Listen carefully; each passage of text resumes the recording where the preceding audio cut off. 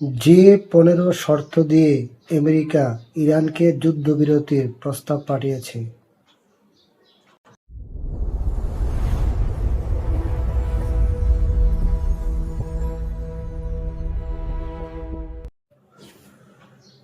আসসালামু আলাইকুম।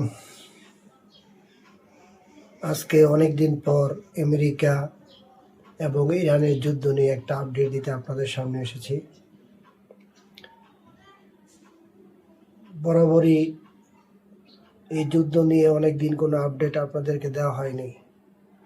তো আজকে সকালবেলা একটা সংবাদ শুনে নিজেই খুব হাসি পাচ্ছিল।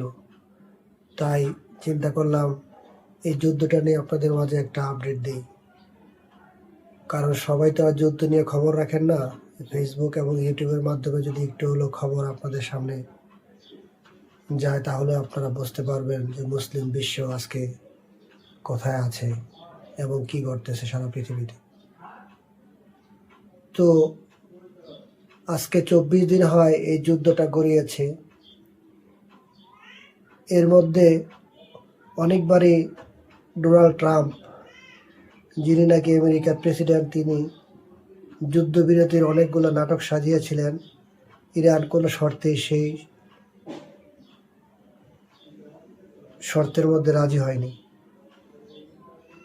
তো আজকে নতুন করে উনি 15টা দাবি উপস্থাপন করে শান্তি চুক্তির জন্য ইরানকে পাঠিয়েছেন, কিন্তু ইরান এগুলোর মধ্যে রাজি হচ্ছে না।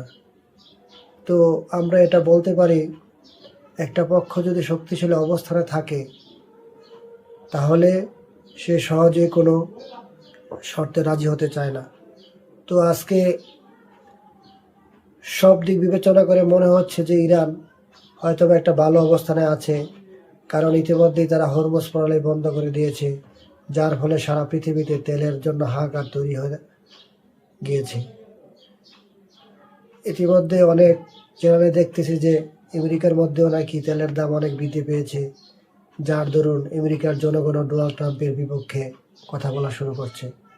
তো চলুন জেনে নেই আমেরিকা যে 15টা শর্ত ইরানকে দিয়েছে কি কি। তো এর মধ্যে প্রথম শর্ত হচ্ছে ইরান কোনোভাবেই যেন পারমাণবিক অস্ত্রধারী হতে না পারে বা পারমাণবিক অস্ত্র বানানো বন্ধ করতে হবে। সব গোপন পারমাণবিক কেন্দ্র বন্ধ করতে হবে। আন্তর্জাতিক পরমাণু সংস্থাকে পরীক্ষা করতে দিতে হবে